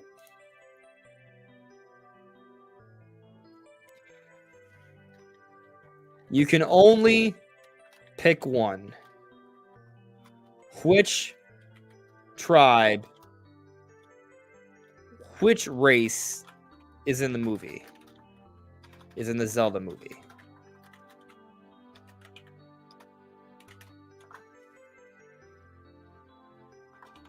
Deku Scrubs, Koroks, and Kokiri. I'm curious, like, how you all feel about what of these three it approaches. Koopas, obviously, that's hilarious. You can only pick one. What would you prefer that they bring back as the forest tribe? Man, I don't know how it's gonna. I see where it's going right now, and I'm kind of hoping it changes because that's not what I want. But this is good. It's good. It's good to kind of see what a larger group of people thinks on this. Wow, Javier Vasquez, what you think in terms of your unpopular opinion? It might be the popular opinion. You say Kokiri over Deku Scrubs over Koroks. Well, Kokiri is winning. Second place is Deku Scrubs. Third is Koroks. Maybe we're just tired of Koroks right now. Maybe that's what it is. If we ask this question 5 years from now, we'll be like, oh, bring back the Koroks. They were so good. Yeah, Netweed chose those for sure. For sure. A link letter added me here. How do you feel about this timeline theory? Downfall games are at the end of the child timeline, not their own timeline. What? We're merging timelines? That's an interesting idea. So let me try to remember. The child timeline is a timeline where Wind Waker's the adult timeline because there's no link. The child timeline is Ocarina of Time to Majora's Mask and Twilight Princess. And so after Twilight Princess becomes a downfall timeline. The thing about the downfall timeline, there has to be an imprisoning war. Because those are the events that lead to A Link to the Past. Right? Yeah, so the thing about the downfall timeline is that at the end of Ocarina of Time, in this third timeline option, Ganon is not defeated. There is an imprisoning war or a sealing war that has to occur because there's no Link to defeat him. And so that leads to the downfall timeline. You know, Link to the Past and Zelda 1, 2, all those games. So I guess how I feel about it is like we'd have to rethink how the entire timeline works and what games lead to what. So yeah.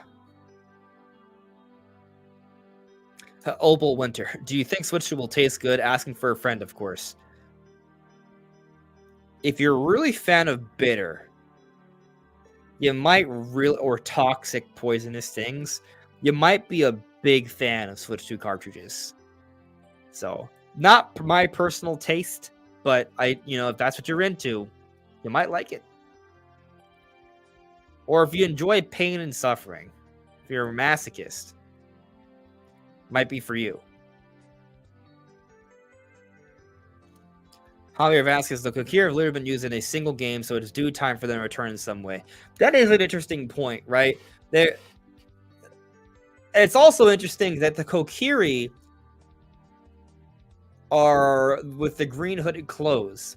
So it almost implies there's this long history of these green hooded clothings. So do the Kokiri wear these clothes coincidentally? Do they wear these clothes to celebrate the long history of the hero of Hyrule? Or do the Kokiri wear these clothes and the original hero of Hyrule was also a Kokiri or was raised by the Kokiri, like in Ocarina of Time? Let's remind ourselves, Ocarina of Time is not the first Zelda game. It's not the first Zelda game in the timeline. Yet, the Kokiri wear the green clothes. That's where Link gets his green clothes from. In Ocarina of Time. But what about all other prior Zelda games where Link was wearing the green clothes? Kokiri weren't there. So what's going on with that? It would be interesting to see a Zelda game where we get some more lore on the Kokiri and how they tie into overall Zelda history.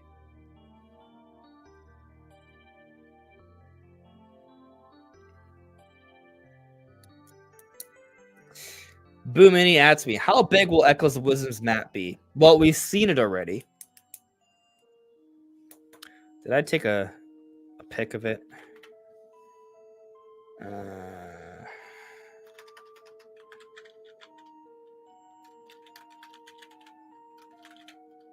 Trying to see if I have a saved image of it somewhere.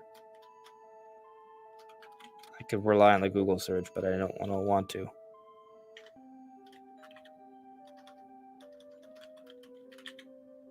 I guess I'm gonna have to. Oh no, I could just okay. That goes the Wisdom map. The thing is, there's a blurry map, but there's a more clear map that we got from the demos at PAX. Actually, this is neat. I think was it Zelda lore? I'll share what they posted. Yeah, this is cool. Is this it? Yeah, this is it. So let me share this. So Zelda lore on Twitter shared this, right? So this is kind of like pulling together what we've seen of the Echoes of Wisdom map so far. And it's pretty big. I guess it's hard to try to factor in scale, but if you think about what we've seen in if you saw, so can I zoom in here? So this whole map, right? If you saw the Echoes of Wisdom demo, will this let me zoom in more? Not really. No, it's not gonna work. All right, it's not gonna really work. Google it's not helping me here. Anyway, if you look here, right, you see this small section here.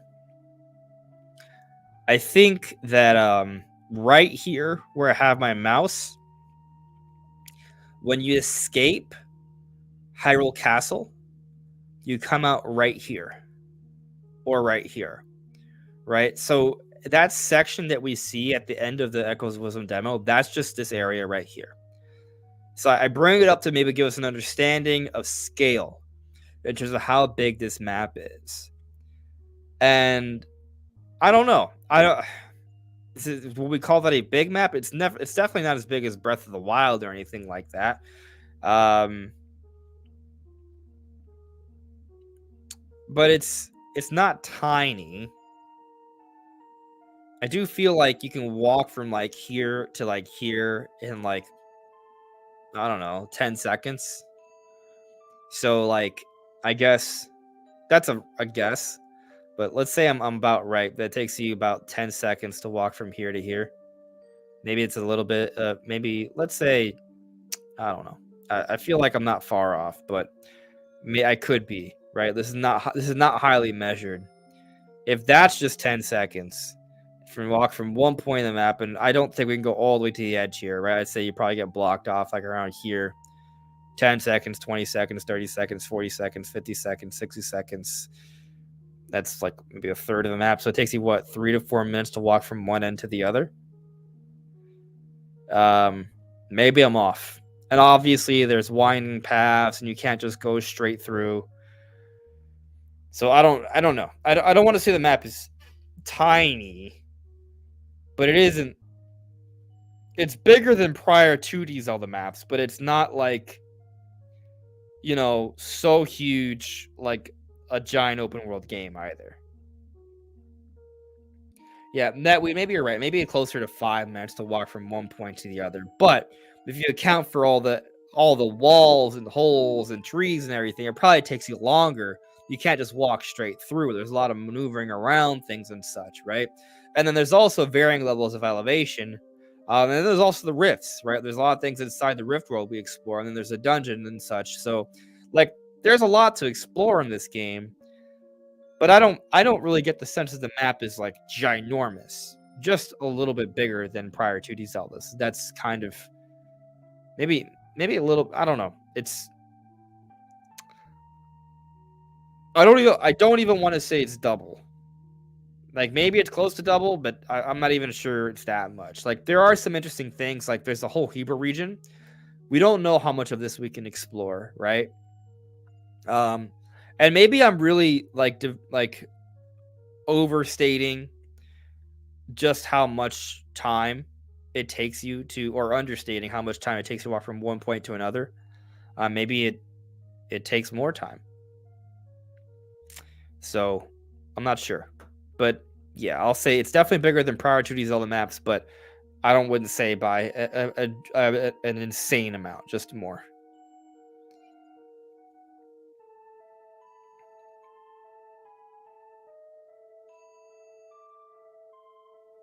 Netweed, that's a good point you bring up about the Skyward Sword. How in that game, Link's group that year wore the green, and that is earlier in the timeline. So, still though, why do they wear the green? Why do they wear those clothes? Because there are people that share traditions from the past, right? They are people that once upon a time lived on the surface, then came back to the surface. That's with the Skyward Sword, right? Where did they get that idea to wear those clothes? The Kokiri live separate from the rest of society. They're isolated. Why do they wear the green? You know, and yeah, I know Ocarina of Time takes place after Skyward Sword in the timeline, but what I think the answer is they didn't think about this, you know. But at some point, they may come back to this and try and come up with an answer. They may fill in that gap in lore, and that'll be interesting to see what they decide to do with it. Anyway, I think that we're pretty much at the end. I know we talked about. We didn't really talk too much about Mario and Luigi. I guess I'm not sure what should be said about those games. I really love the art style. I really love just this concept that they're sort of going forward with brothership. we talked about today in today's video, right? It's the land is called Concordia, which kind of speaks to the idea of like harmony, union, and groups. So when you think about how Mario and Luigi are a team that work together, right? This brothership, this harmony between people. I think there's this overall idea of connectiveness between groups in Mario and Luigi. Which it's just like a really interesting kind of like theme that they're really going in on, like connections, right? And what's crazy about that is that all the characters in the world of Concordia are literally based off electrical circuitry, like connections. Like they all look like wall outlets or plugins to wall outlets. And that's just, it's kind of funny. It's kind of on the nose, like they're physical connections, right? But brothership's about an emotional connection. And so that's kind of just like a cool concept that they're going for there that I'm really appreciating with what they're going for there. It's cool. Edward Mercury, thoughts on hero mode? Hyped. I'm playing the game in hero mode from the get go. Yeah, I always feel like hero mode should be made available immediately. Yes, so I'm very excited for hero mode in Echoes of Wisdom. That was confirmed recently, by the way, guys, if you guys didn't know. And yes, Eggplant Salad, I'm definitely getting both Echoes of Wisdom and Brothership. Yeah. I think both games got a lot going for them. I think they're going to end up being the two best Nintendo published games of the year. And so that's going to be exciting. I'm very much looking forward to it. I think this will be... All right, well, there's two more questions here I'll get to that I think are very interesting. Guy Dono asks me, which Zelda boss aside from Ganondorf do you think will most likely be featured in the movie?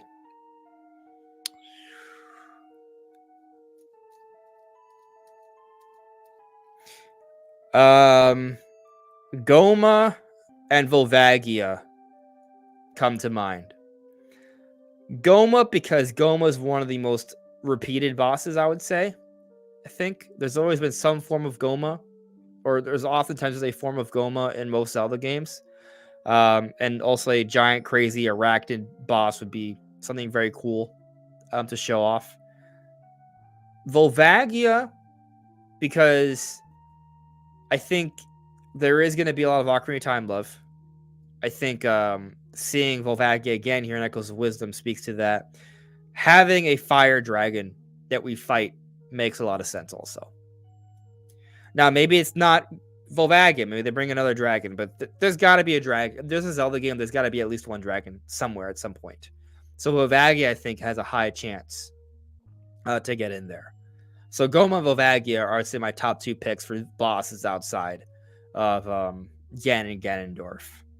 It's actually interesting to think about, like, what other bosses could they do? Like, there's obviously there's tons of potential there, but in terms of like bosses that I think are kind of iconic, Goma makes a lot of sense. I wouldn't mind if they went for a Gleeok or a Lionel. Like those would be, I would really like to see those. Those would be good to see. But you know, Lionels and Gleeoks, we kind of now we look at them as repeatable things, right? Because of Tears and Breath. But Volvagia has only happened once, or I guess now twice with Echoes of Wisdom. So we'll see. But yeah, those are all possibilities. Seeing a Hinox makes a lot of sense. I could see a Hinox being a boss fight early on into the movie. Like kind of like the trolls, you know, that we see in The Hobbit. Like it could be a scene, you know, early on. Not a big boss fight, but like a mini one.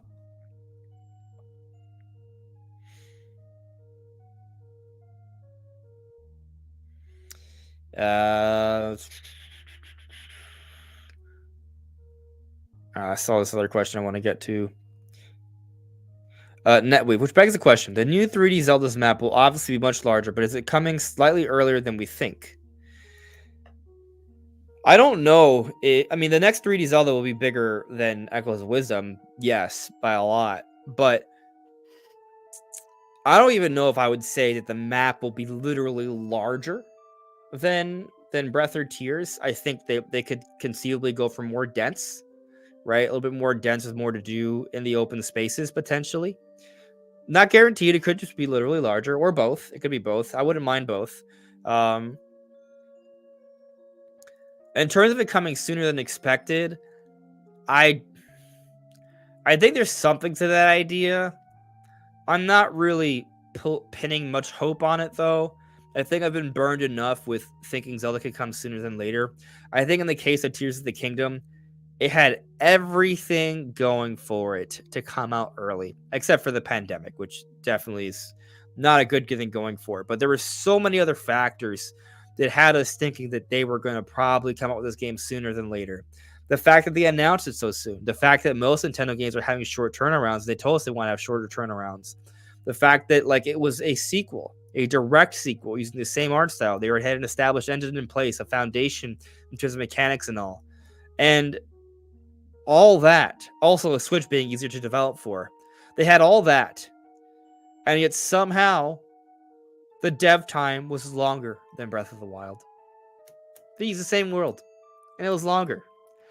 I know the pandemic definitely impacted things significantly, like at least a year, if not more. But I don't know. Is that exact? I don't. I don't even want to say that. I don't. It's hard to quantify how much, but clearly it made a significant difference. My point is though, is that we had so much reason to think that game was going to come out sooner than later, and it came out way later than expected. So I don't want to play that game. I don't want to play that game. I'm gonna need a lot more evidence to think, oh, this next Zelda could be coming soon. They haven't shown anything yet, and maybe they'll announce something when they announce Switch 2, right? Maybe they'll give us an idea of when the game's coming out, and they only give us an idea, like a very soft idea, and I'm gonna be like, yeah, it's probably getting delayed at least a year. Like I didn't want to believe it, but there's just so much history of Zelda delays now that I just kind of assumed there's gonna. I think you would think that Nintendo would be aware of this history themselves and would be more cautious about giving us release times. That they consistently, the big 3D Zelda games, after already providing a release date, they then delay them. So yeah, I think a lot of that comes down to being pressured to put out a date and have a target, and then most of the time they can't actually hit that target because they're going to prioritize of maximizing and polishing what they have in mind for the game, what they envision them above all else. But there's a thought process that they probably were already working on the next Zelda game before they finished Tears of the Kingdom. And we do have interviews from Fujibayashi where he said he already had something in mind, but he had not even told Aonuma yet. This goes back to last year. So Fujibayashi may have something in mind, but assuming that everything they said is 100% the truth, Aonuma didn't even know, like, shortly after the release of Tears of the Kingdom. He probably knows now, right? I'm sure they're already definitely working hard on it, but that's not enough, right? It's still going to take years. I think what we get instead are big remakes to bridge that gap, right? I think there's going to be an Ocarina of Time remake in 2026, and maybe there'll be a Majora's Mask one or a Twilight Princess one, and then in the third or fourth year of Switch 2, then we get the next new 3D Zelda. Like Tears of the Kingdom came out in 2023. The absolute earliest it's coming out is 2027, and I'm not even sure I should believe that. I think that's too optimistic. 2028 is probably a safer bet, and 2029 I think should be on the table. Like 2027, I think is the most optimistic time it could come out, and probably wrong. 2028 is probably closer to realistic. 2029, I think, is a viable option. That's just how long I think they take now. So I think they should be faster, but they're not. However, if they have big boy remakes like for Ocarina of Time and stuff, that will certainly help to bridge the gap significantly. And I think it makes sense, actually. Like if you could use Ocarina of Time, a remake in 2026, 3 years after Tears of the Kingdom, but 3 years before the next big new 3D Zelda, like that actually would work pretty well. I think instead what you do, instead of making another big 3D Zelda game for Switch 2, you give us what they did for like Elden Ring. So Elden Ring had this big expansion, Shadow of the Erd Tree. They should do that for the next 3 Zeldas, so that way you could have, it's not exactly a second game, but it's a pretty beefy second campaign. I think something like that would make a lot of sense in terms of handling the future of Zelda on Switch 2. But with that all said, I think I will now call it a night. Yeah, that's it. I see this question here from Kay. I've answered this before, but I'll say it again. And it's, I'm not in the Nintendo Byte podcast because I just got other things going on. That's it. Just busy with work and stuff. But I'll be back soon. And that's all. All right. Thank you all. Oh, wait, we gotta. All right, I'll get to this. I will get to this. Eggplant Salad with the super chat. That'll keep me on longer if you guys keep super chatting me. But thank you very much for the super chat. 2025 February March games. Announce where, when, and what. So, you got me. This is a question. This is a good question. Thank you for the question, Eggplant Salad. I've been thinking about this. Like, I think, before we got the whole partner showcase stuff, I was open to the idea of maybe the Fire Emblem remake and a Kirby game being the February, March games. And conceivably, they could still be. But let's say what if Switch 2 is coming out March? Maybe they just want to skip February. Have a little bit of a break. And February, the big game is 3D Mario. I think that's possible. I do think that there's got to be like a Twitter drop of one Switch 1 game to come out during that period of time. Could be something Kirby. And I do think they got to space out I think there's still got to be Switch 1 games coming out throughout 2025, not just Donkey Kong Country Returns HD. But the February, March games, while there may not be, Switch 2 may not come out until April or May, I feel like at least one of those months may be just nothing to kind of have a little bit of a soft break before Nintendo goes like hard with the Switch 2 lineup. And a combination of Switch 1 games that would also be playable on Switch 2 that might have enhancements. So that's what I'll say to that.